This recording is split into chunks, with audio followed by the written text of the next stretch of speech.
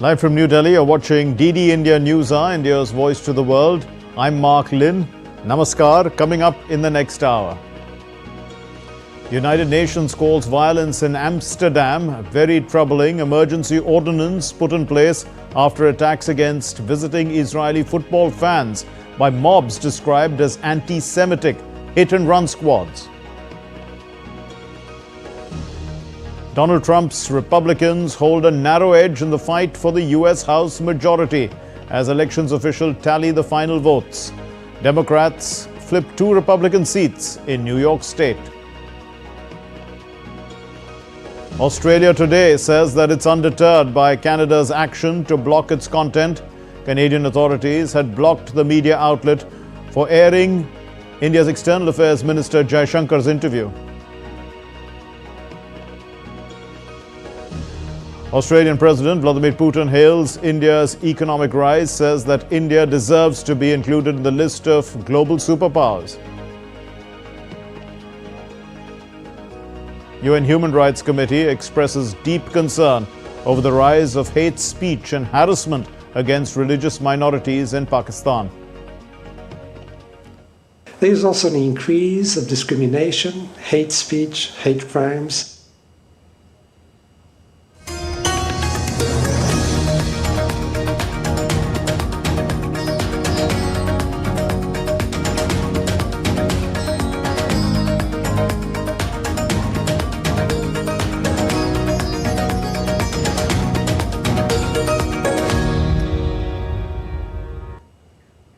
US President-elect Donald Trump has stated that he's started appointing his team. In fact, he has announced the name of the White House Chief of Staff. His campaign manager, Susie Wiles, will be the next Chief of Staff at the White House. The Indian Americans are also in the race for top posts in the new administration. Syed Absarul Hassan has filed this report. After a landslide victory in the presidential race, US President Donald Trump has announced that his campaign manager, Susie Wiles, will serve as his chief of staff at the White House. This is Trump's first major appointment since winning the election, entrusting a top position to a political operative who helped him secure his victory. Wiles will be the first woman to serve as White House chief of staff. A long-time Florida-based political strategist, she is considered highly trustworthy and has received praise for her role in managing Trump's successful presidential campaign. Appreciation for Susie and Chris, the job you did. Susie, come here. Come here, Susie. Chris, come here, Chris. Susie likes to stay sort of in the back, let me tell you. The Ice Maiden, we call her the Ice Maiden. Chris, come here, Chris. Susie likes to stay in the background. She's not in the background. Come here, Susie. In addition to Susie Wiles' appointment, Trump is also considering other individuals for key positions in his administration. Indian Americans such as Kash Patel and Tulsi Gabbard are being considered for important posts. Kash Patel is one of them. He could be, he's being considered, as we hear in media reports and political circles, for the CIA director. Of course, all speculations and unofficial are not announced as of now. The other names doing rounds are Tulsi Gabbard. Elon Musk could head the new Department of Government Efficiency, where he would look at cutting $2 trillion from the federal budget. As Trump prepares to take office in January, U.S. Secretary of State Antony Blinken has appointed Ambassador Stephen Mull to coordinate the peaceful transition to Trump's administration on behalf of the State Department. The Secretary has appointed Ambassador Stephen Mull, a distinguished member of the State Department family, to coordinate these efforts on behalf of the department. Ambassador Mull will work with the President-elect's team to ensure as successful a transition as possible. The peaceful transfer of power is a cornerstone of the American democratic setup. To preserve the strength and stability of democracy, it is crucial that leaders, regardless of political affiliation, uphold the rule of law and the principles that ensures this peaceful transition. The future of American democracy depends upon this commitment. Syed Afzarul Hassan for TT India. The future of Ukraine aid is among major questions that's facing the European Union after Donald Trump's win, with the region, struggling to put on a united front. In fact, two big powers, in Europe, that's Germany and France, they are politically weakened currently. Dheeraj Das has more. With US President-elect Donald Trump set to reprise his role as the commander-in-chief of the world's most powerful military and largest economy, leaders around the world have a mixed bag to the reality of a second term in the White House for businessman turned politician. European leaders gathered in the shadow of Donald Trump's election victory in Budapest on Friday. The leaders agreed on the need to take more responsibility for their security and rely less on the United States. Among various other issues, war in Ukraine dominated the agenda. We had a good debate on this topic yesterday, on all topics, including on security, on defense. And I passed the message yesterday to Donald Trump that we would like to cooperate with him in all fields, including on Ukraine. We have to strengthen Ukraine. Amerikai ki fognak szállni ebből a háborúból. The Americans will quit this war. First of all, they will not encourage the war. They will not say that war is a good thing. People say many things about Donald Trump, even those who do not like him. But nobody doubts one thing, which is that he will not start a war. Európa nem tudja finanszírozni. Italian Prime Minister Giorgia Meloni cited tariffs, competitiveness, and defense as the most pressing issues the bloc faces as it comes to term with Donald Trump's election win. Donald Trump, like thousands of others, has taken sides in the American election campaign on both sides, that it is within the rights of citizens to take sides in election campaigns. After that, I can tell you that I consider Elon Musk an added value at this time, a person who has certainly done some extraordinary important things. Trump has criticized the level of US support for Ukraine's fight against Russia's operation and before the election promised to end the conflict before even taking office without explaining how. Dheeraj Das's report for DD India. Well, Shubhendu Ghosh, our correspondent, is joining us from Washington, D.C. now. Shubhendu, what news about Indian Americans in the running for the top posts in the Trump and Vance administration? That's right, Trump. That's right, Mark. There is a great curiosity about Indian Americans being a part of his new government, Trump 2.0. In that sense, there's some names that we're also learning from sources. These are, of course, still media speculations. These are not confirmed. Large-scale vetting is underway as we speak, and the transition to Trump's government is also taking place. But the names that we're hearing is, at the top is Vivek Ramaswamy, the rival-turned-ally of Donald Trump. He was earlier competing alongside Donald Trump to be the Republican candidate for the position of president. Then he was most likely candidate for the vice president's role. And now we see the manner in which he upheld the MAGA, Make America Great Again movement of Donald Trump. And he continues to be an unofficial spokesperson of the same. There is great likelihood that he could get an opportunity, particularly in the domain of homeland security. Then we're hearing about Tulsi Gabbard, the former Democrat turned Republican, is now in the running for an important diplomatic position, we are told. There's also Kash Patel, his name is Kashyap Patel, in America is better known as Kash Patel. Is an Indian-American lawyer. He's worked in Republican offices and has an understanding of the power structure, the ideology, and the focus of the Trump government. For the position of CIA head, his name is quite prominent and is doing rounds. We're also hearing about Bobby Jindal, Nikki Haley.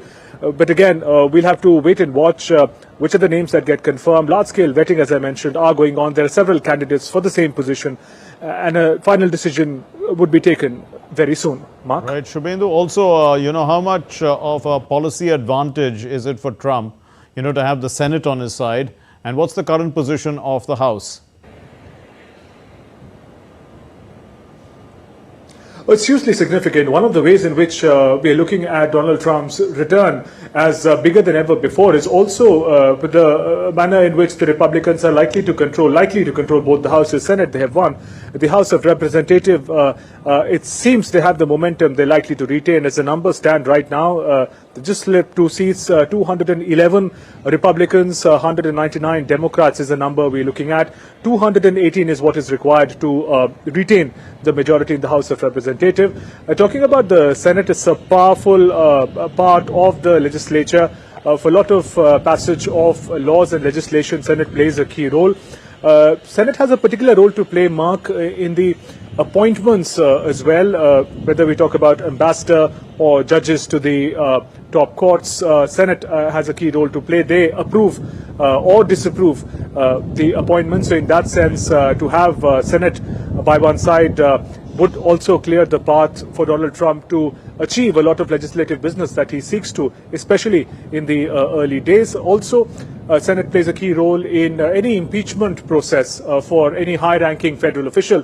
So even in that regard, given that it was such a polarized elections, what happens next? Senate could be a very powerful body at Donald Trump's disposal in the days ahead. Also, Shubhendu, you know, many Democrats are blaming Joe Biden for the loss.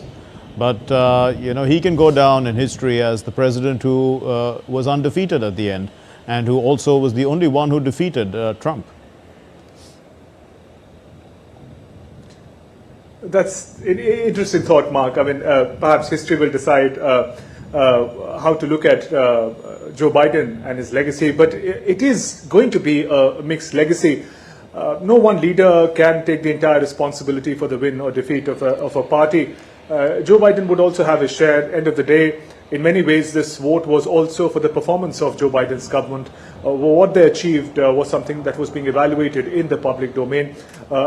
Many say who are criticizing the manner in which the Democrats handled these elections, especially in the last day, the flip and flop, removing Biden just about 100 days before the elections, getting Kamala Harris. She didn't get enough time. So those kind of speculations are rife. But at this point in time, the Democrats have gone into a huddle. We're only hearing these stories from different sources in the media. But yes, they will have to take longer, not just to restructure their leadership and position, but also the manner in which they have been looking at structures in the society, the loyalties that they had taken for granted across different demographies. There's much more work to do than perhaps look at what Biden's role may have been in these elections. Mark? We'll leave it there. Thank you very much, Shubhendu Ghosh, for joining us from Washington, D.C. Now, still to come here on DD India News Hour.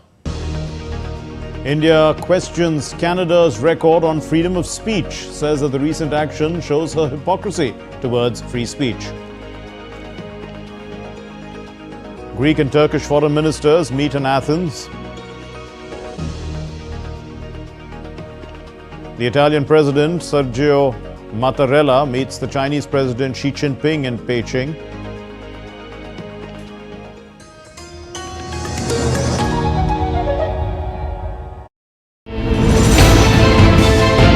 Geopolitics and trade deals. Economic challenges amid development. Hard work and the path to prosperity. It's the economy, always. Between walkers, money is what money does and says. Supply creates its own demand. Between the bulls pulls and bears tears. When supply chains globalization and India rises to the podium. We'll get you centered with the Economic Brief at 8 p.m. every Thursday on DD India.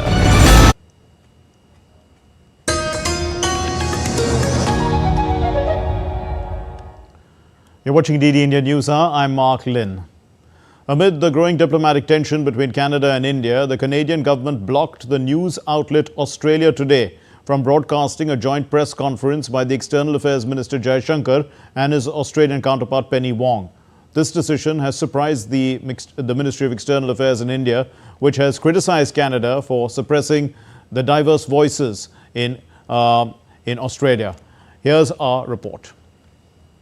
Hello and welcome to Australia Today. The Australia Today, a social media handle that is frequented by members of the Indian diaspora in Australia, was blocked in Canada. The outlet had just aired a press conference with India's External Affairs Minister S. Jaishankar and his Australian counterpart Penny Wong. We understand that the social media handles and pages of this particular outlet, which is an important diaspora outlet, has been blocked and are not available for viewers in Canada. This happened just an hour or so, a few hours after this particular handle carried the press conference of External Affairs Minister along with Penny Wong. Bilateral ties between India and Ottawa hit a new low after Canada blocked the Australian news outlet. External Affairs Minister S. Jaishankar had made clear Canadian hypocrisy in the India-Canada standoff. Canada has developed a pattern of making allegations without providing specifics. Secondly, when we look at Canada, for us, the fact that they are putting our diplomats under surveillance is something which is unacceptable. Third, the incidents which the gentleman there spoke about, and do look at the video. I think they would tell you, in a way, the political space today, which is being given to extremist forces there. Canada and Australia are part of the Five Eyes Intelligence Sharing Alliance. The others in the alliance include the US, UK and New Zealand. India was forced to cancel scheduled consular camps because Canadian authorities were unable to provide security to the organizers. India needed these camps as part of its outreach to families that have properties and family interests in India.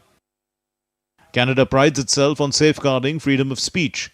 In mid-October, Prime Minister Trudeau had articulated Canada's position on a One India policy, but clearly stated that holding individual positions that are contrary to it is also legal in Canada.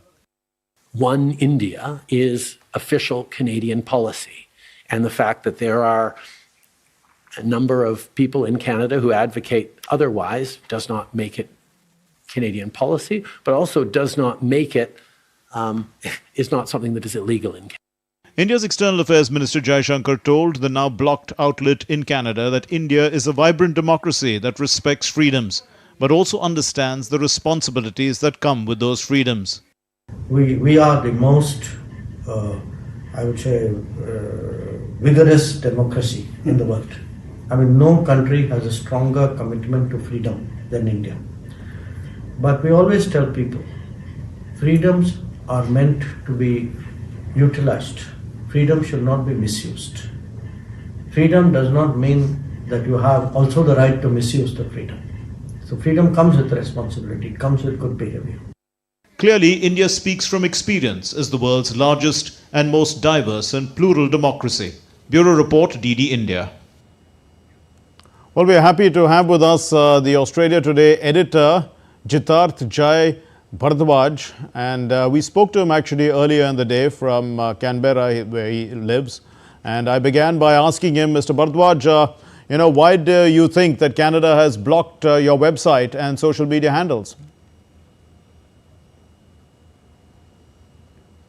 See, I didn't understand why they should be blocking. Our website is not being blocked there. Okay. However, our Facebook and Instagram account has been blocked in Canada. That's what my understanding is as of now. I haven't heard about website being blocked. Social media accounts have been blocked. We generally put the video content on Facebook because that's our go-to channel for our video or digital first contents. So we were notified by our followers, readers that Facebook channel is having some difficulty there. They were able to see the interview of EAM, India's EAM, and the previous video recording of the press conference where I asked a question about Canadian Hindus being attacked in their temple. So that was it. It was getting good traction, but all of a sudden we were notified that the followers in Canada can't see it. It was a shock for us. We thought there could be a technical fault or something. We checked with our technical team. There was no fault from our side. We requested in multiple cities of Canada whether we are they can see us on Facebook or not, and we were notified that there is a line saying that this content is unavailable in Canada because of the Canadian government's legislation regulation. Mr. Bharadwaj, did it have a direct connection with your asking the EAM Jai Shankar a question regarding the Brampton incident? It is. That's why we were also shocked to see that within like 45, 50 minutes of that interview being on our channel on Facebook, we were notified that people in Canada can't see it. See, there was a time difference between both press conference and the interview itself, 4 to 5 hours. And that press conference content where we asked about Canadian Hindus was getting very good traction in Canada at that point in time. And subsequently, we posted the interview and within 45 minutes, we were notified that something is wrong there. Now we are being told that in Canada, multiple news channels Facebook page has been blocked. I'm not concerned with that. However, I'm concerned that only the day when we broadcasted Dr. Jayashankar's interview and that press content, that's where we were blocked in Canada. Still, there are a number of channels which are visible there. Canada has to have same policy for everyone. This gagging of new channels or news outlets should not be acceptable to anyone working in this foray. Well, clearly the treatment of Hindus in Canada was discussed between the EM Jai Shankar and the Foreign Minister Wong. You know, India has a right to be concerned about the diaspora. These issues are clearly discussed, aren't they? They are, and Minister Wong were very forthcoming, and she told us that Dr. Jaishankar has raised these issues with her, that how Indian Canadians and particularly Canadian Hindus are being treated, and this is not acceptable to India. And she assured that Australian Hindus and Australian Indians will be looked after the best of their abilities. I think that erect the authorities there in Canada, they do not want to let people see in Canada that India is standing with Canadian Hindus or Canadian Indians. That's what my guess is. So how is the diaspora treated in Australia? Is this, an attempt also to create divisions between the diaspora in different parts of the world by branding them as troublemakers? That is an absurd thing to say. Indian Australians are valued here very much. The federal authorities, if you could see last week and a half's Twitter or Facebook profiles of Australian politicians, you will see from Prime Minister to the opposition leader to most MPs have attended the Diwali functions in different temples and function halls.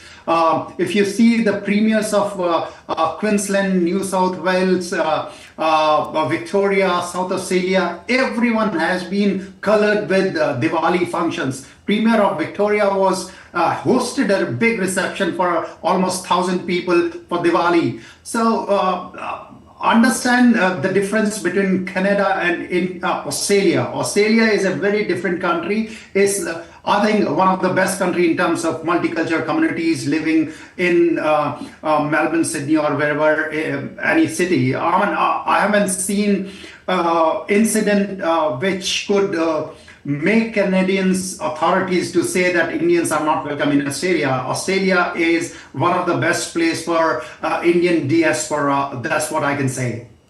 Well, Mr. Bharadwaj, you are a handle, or you're also a handle that gives news about the diaspora, and it also keeps them connected with India. What message would you give then to those who are not being able to listen to you in Canada? I can definitely assure them that at Australia Today, we will keep on raising the issue which matter to them. We have seen in past, and we continuously see that the issues of Indian Australian in particular, Indian Canadian in particular, and multicultural communities are sometimes neglected and left out from the mainstream discourse. But we at Australia Today are here to raise them. We will not be afraid by the crackdown, the kind of crackdown Canadian government has put on our social media page. So we are here to fight. We are here to bring those stories forward. And I can assure Canadian Hindus, Canadian Indians that their stories will be there without any break. Mr. Jatat Jai Bhardwaj, the editor of the Australia Today, thanks very much for being with us. Now moving on then, in Amsterdam, in fact, there was a heavy presence of riot police. This happened on Thursday evening after attacks on Israeli football supporters that officials had described as anti-Semitic. The Prime Minister Benjamin Netanyahu's office said that Israel was sending planes to the Netherlands to bring these fans home. The Middle East RT correspondent, or their bureau, in fact, their bureau chief, Maria Finoshina, has filed a story on the attack and what the mayor called anti-Semitic hit-and-run squads. Well, an international scandal it is after hundreds of fans of Israel's Maccabi Tel Aviv football team were ambushed and violently attacked in Amsterdam on Thursday night following a game against a Dutch team. The Israeli Prime Minister's office was quick to react, stating that Netanyahu views the horrifying incident with utmost gravity. He demanded that the Dutch government and security forces take swift action against the rioters and ensure the safety of Israeli citizens. Most of those attacked had arrived in the Netherlands earlier to attend the match. It is not yet clear at this point what exactly triggered the riots, as an investigation is currently underway. However, it was reported that footage circulated online showing unknown perpetrators tearing down a Palestinian flag in downtown Amsterdam before the evening game, which may have been a factor in the violence against Israeli fans. Israel's newly appointed foreign minister stated that at least 10 Israeli citizens were injured, and he advised Israeli nationals to stay in their hotels. Dozens of people linked to the incident have been arrested. Prime Minister Netanyahu has ordered to launch a rescue operation with Israeli planes flying to the Netherlands to assist the wounded. Netanyahu spoke with the Dutch Prime Minister, describing the incident as a quote-unquote planned anti-Semitic attack against Israeli citizens that he takes very seriously. Prime Minister Netanyahu stated that he views the planned anti-Semitic attack against Israeli citizens as serious and asked for increased security for the Jewish community in the Netherlands. According to the instructions of the Prime Minister, at this moment, planes are making their way from Israel to repatriate the citizens, including the wounded. Netanyahu also thanked his Dutch counterpart for expressing shock at the night's events and recognizing the attack as anti-Semitic in nature. I followed the news from Amsterdam with horror. Completely unacceptable anti-Semitic attacks on Israelis. I am in close contact with all those involved. Just now, in a call with Israeli Prime Minister Netanyahu, I emphasized that the perpetrators will be tracked down and prosecuted. It is now quiet in the capital. Israel's national security minister also labeled the incident in Amsterdam as an anti-Semitic act. Gvir's ministry issued additional safety instructions for Israeli citizens in the Netherlands, though the Dutch Prime Minister now reports that the situation in Amsterdam is calm. The United Nations says that it's deeply troubled by the clashes in Amsterdam surrounding the football match between Ajax and the Israeli side Maccabi Tel Aviv. The violence branded as anti-Semitic by Israeli as well as Dutch leaders. We have seen these very troubling reports.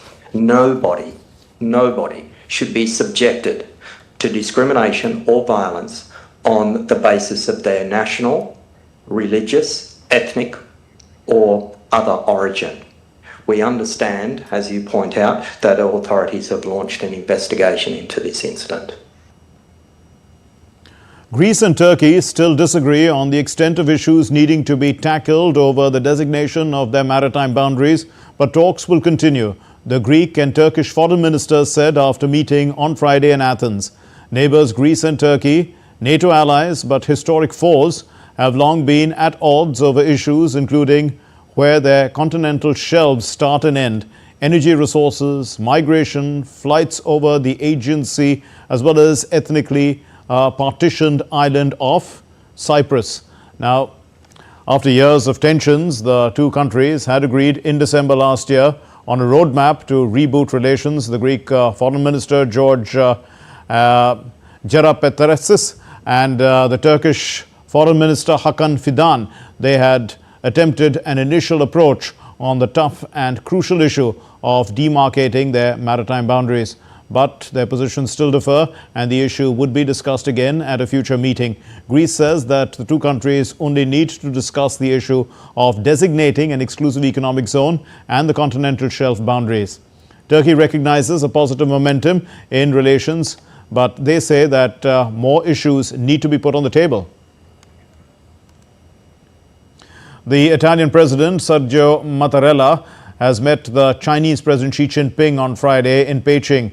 They held bilateral meetings and they also, we see that here he was welcomed at the Great Hall of the People. The two sides also signed agreements on culture, trade and technology, among other things.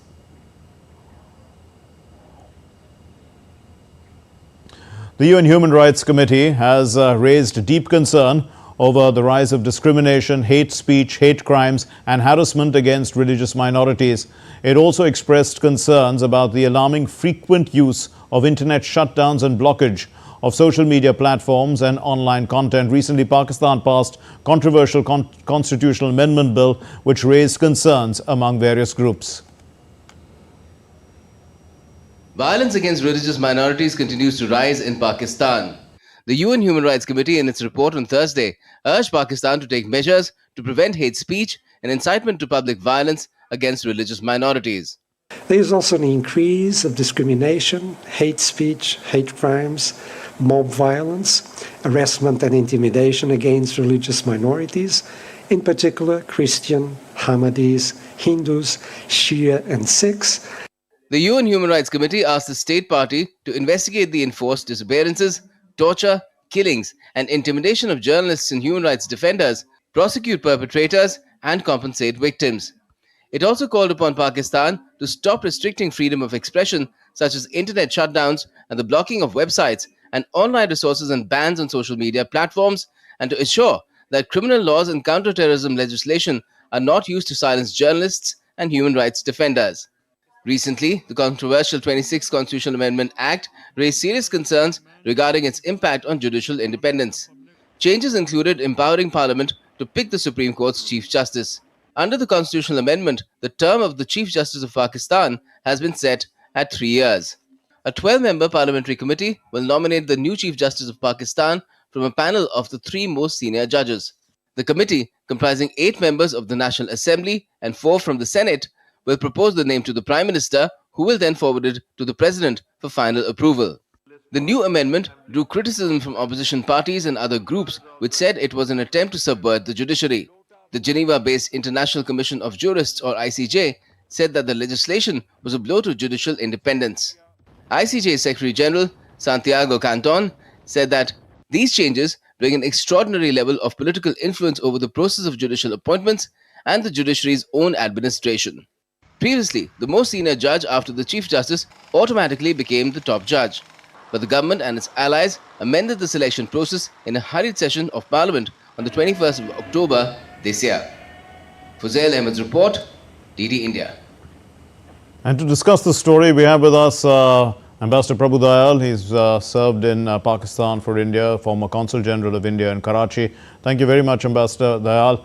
Now, can a democratic government take decisions which seem to diminish the democracy there? They seem to empower the military more. They are weakening the judiciary. One asks the question, who is benefiting from all this? Well, Mark, first of all, thanks for having me on your show. Let me state categorically that Pakistan is not a democracy where the elected government rules. Rather, Pakistan is ruled by the deep state, and the deep state is the army. It is an unelected authority, but calls the shots on everything. The army chief has the last word on everything that matters. Civilian authority has been systematically crushed in Pakistan. You know, we can recall that Prime Minister Ziaul-Haq tried to exert himself, but he was overthrown and later hanged by General Ziaul-Haq. Nawaz Sharif had stood up to General Musharraf, but he was thrown in a military coup and placed under house arrest. Later, you know, Imran Khan tried to stand up to the army chief, General Qamar Bajwa, but he was also overthrown and is still languishing in prison. Right. So these two amendments which you referred to, these two changes, are very important. One relates to the term of the army chief, and the other relates to important matters pertaining to the judiciary, such as the appointment of the Chief Justice of Pakistan and the appointment of a constitutional court, you know, how the constitutional court will be set up. Now, let me mention that the Pakistani Army Act of 1952 stipulates that the term of the army chief would be 3 years. And this act, the Pakistan Army Act, also had capped the army chief's age at 64. Right. Now, however, recently on Monday, 4th November, the Pakistan Parliament has passed a law which extended the term of the army chief from 3 years to 5 years. And under the new law, General Asim Munir, who had taken office in November 22 and was to retire in 2025, will now serve until 2027. And the cap of 64 years for the retirement of a general also doesn't matter. He will continue as army chief till 2027 because this is what he wants. Yes, Ambassador Dayal, you've mentioned, you know, who is really benefiting from all this, but who is actually being targeted is also a question. I mean, is Imran Khan the one being targeted? The minorities, we can clearly see, are being targeted for whatever reason. And who is in a position actually to build a movement against these kind of policies now? Well, I'm afraid in Pakistan, it's impossible to build up a movement against the wishes of the army.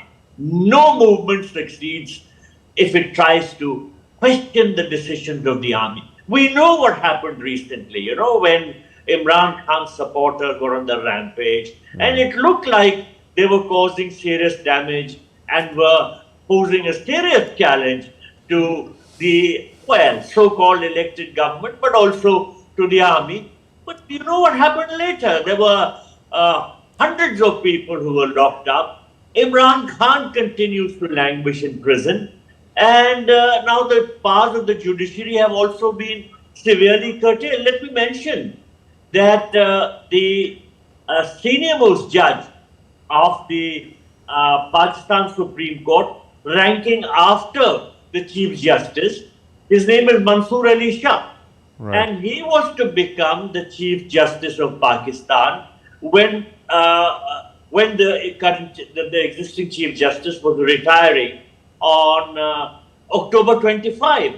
But you know, 4 days before this retirement, that is to say on October 24, the Pakistan Parliament passed a law, an amendment. Yes. And this is called the 26th Amendment, I think.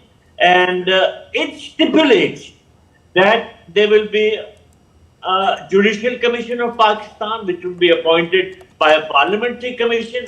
And this will select who the Chief Justices. And they decided that Mansoor Ali Shah should not be Chief Justice. And instead, so what you're saying is that there's unlikely to be any sort of movement that can oppose these forces that are taking control or have taken control of Pakistan. But you know, Pakistan is also in an economic crisis and they depend on the IMF currently for bailouts.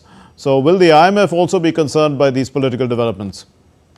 the IMF should be concerned about these political developments.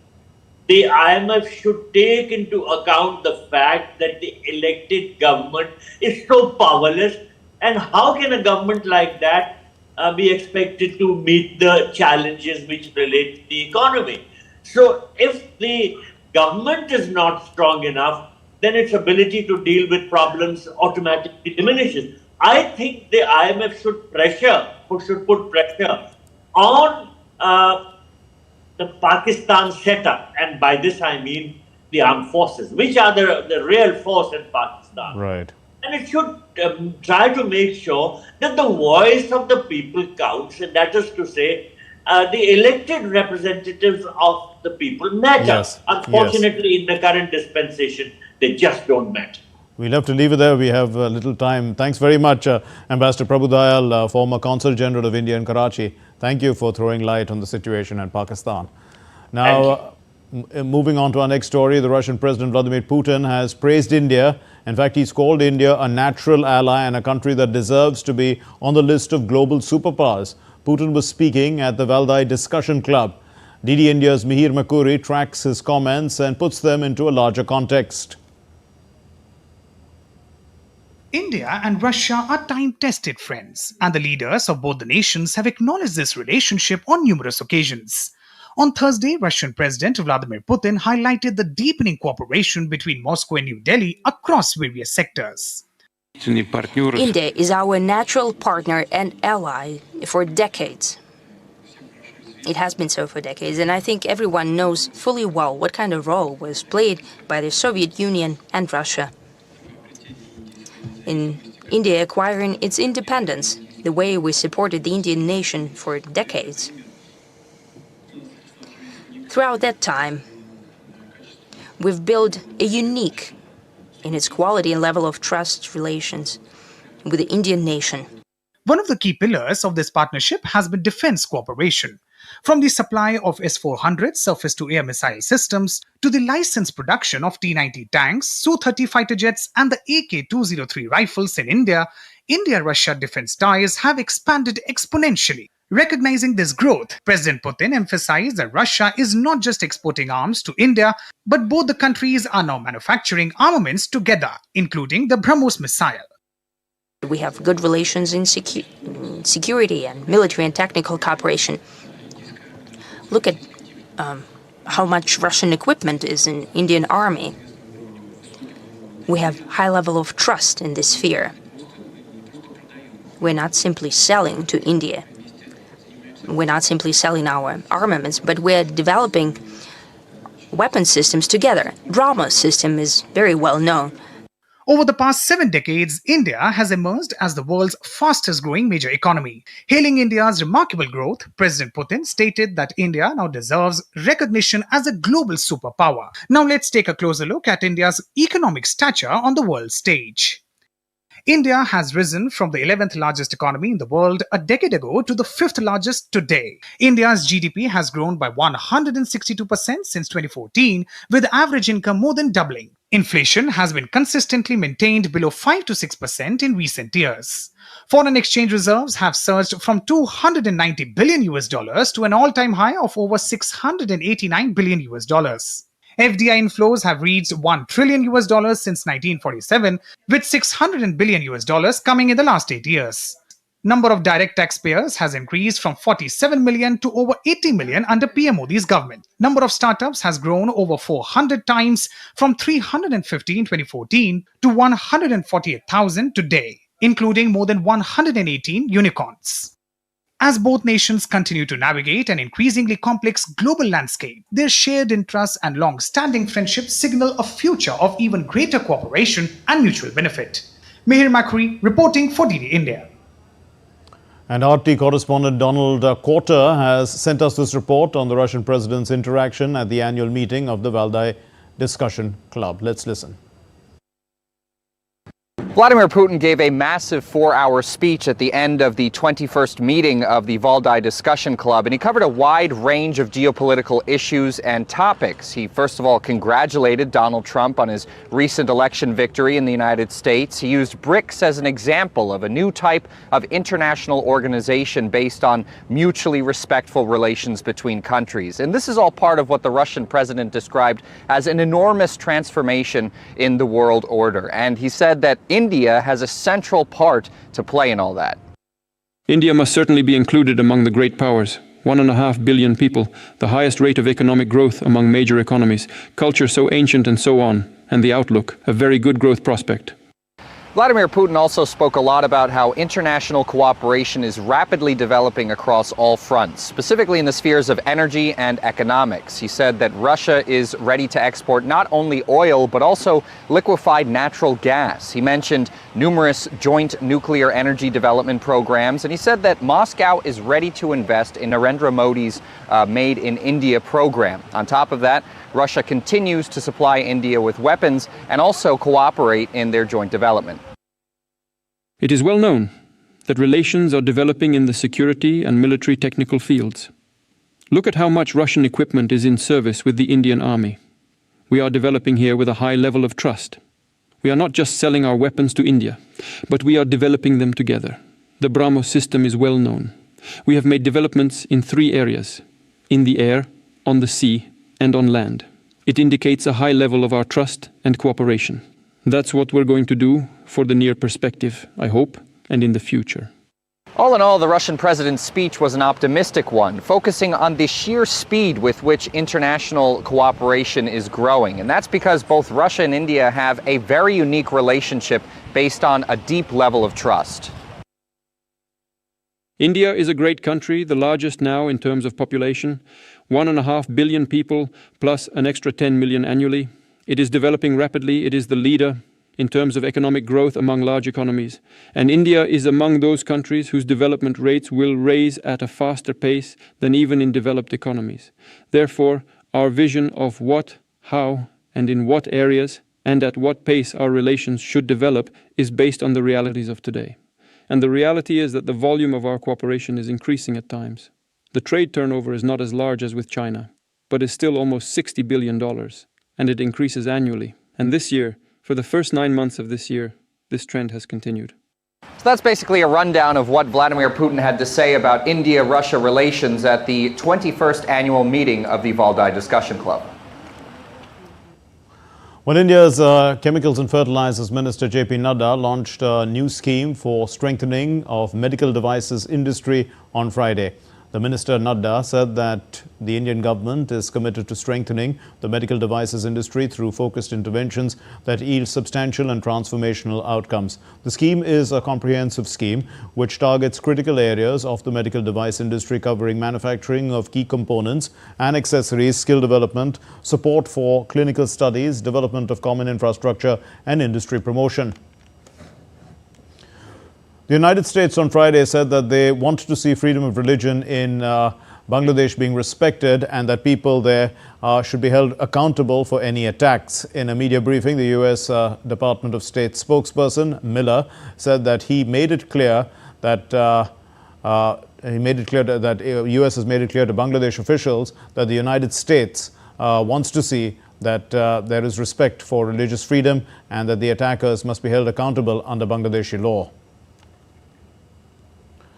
The 10th edition of the Dubai Design Week is currently underway at the Dubai Design District and showcased over 500 acclaimed and emerging designers, their brands from more than 40 countries. The event reaffirmed their position as the most important platform for sustainable design, global collaboration and creative expression in the region.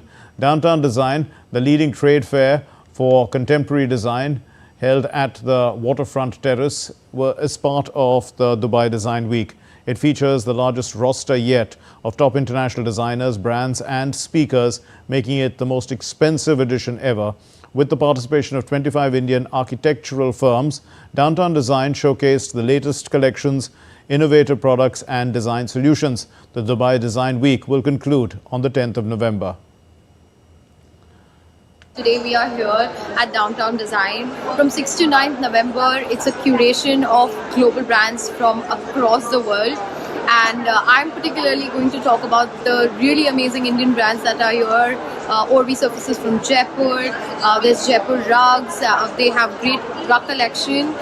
And we are at Pinboard Media. There are 2 or 3 independent designers also here from India called Jade Lighting and Nimrat Kaur, who's an artist. The whole essence of how India is being on a global map can be seen here and felt here through designers being here. We're really happy to be here because we can see how Dubai Design Week has brought in the combination and mixture of East and West. We see beautiful traditional designs in combination with modern designs, which are also very sustainable for environment, and we're really excited to see how the Design Week has bridged our clients as well as our designs. So we're looking forward to it. The landscape of electronic warfare is constantly evolving, and so to keep the armed forces of India ready for the emerging challenges, a seminar which is Niche Technology Nexus Series 2024, Innovating Tomorrow's Battlefront with Quantum and Electronic Mastery, was organized in Delhi on Friday. The top brass of the Indian Army and experts from the field participated in this event. Addressing the gathering, the Chief of Defence Staff, General Anil Chauhan, said that the quantum technology is the need of the hour and that India has the potential to be a global leader in this field. The recently launched National Quantum Mission and the operationalization of the 4 thematic hubs with wheel and spoke concept in a primary institutes, which was mentioned by Professor Sugat, that's IISc Bangalore for quantum computing, IIT Madras for quantum communications, IIT Bombay for quantum sensing and metrology, and IIT Delhi for quantum materials and devices, holds the potential to propel country's technological ecosystem at the global level.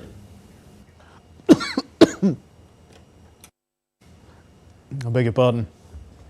The oldest think tank of India, the USI, has announced a 2-day Military Heritage Festival of India in New Delhi. This year's edition marks the start of the Shaurya Gatha, which is a program, in fact, that brings various Indian ministries and institutions together with the armed forces to promote tourism to sites of historical battles, war memorials and war museums. The essence of India's statecraft is embedded in our ancient scriptures, to name Chanakya Niti, Arthashastra, military systems of Cholas, Palwas, Marathas, Sikhs, Dogras, etc. India's participation in the 2 world wars and post-independence conflicts endows the nation with unique war-fighting experience that adds to our rich military heritage. Of India's military heritage are based on strong ideas, beliefs and principles. The heritage is as old as Indian civilization and India's socio-political history. When we talk about heritage, heritage refers to various ways in which culture, tradition and history are expressed or transmitted from one generation to the other. It is encapsulated in various forms. Preserving heritage is important for future generations as it keeps to preserve and promote cultural diversity, identity and continuity. Well, that's all we have in this edition of DD India News Hour. Let's know your thoughts on the news of the day and connect with us on our mobile app, in fact, is available as well. You can download it. It gives you all the news from India and across the world, both on Android and iOS platforms. The QR code is also available. So we'll be back with more news as it breaks here on DD India. My name is Mark Lynn, and thank you very much for watching DD India News Hour. Namaskar.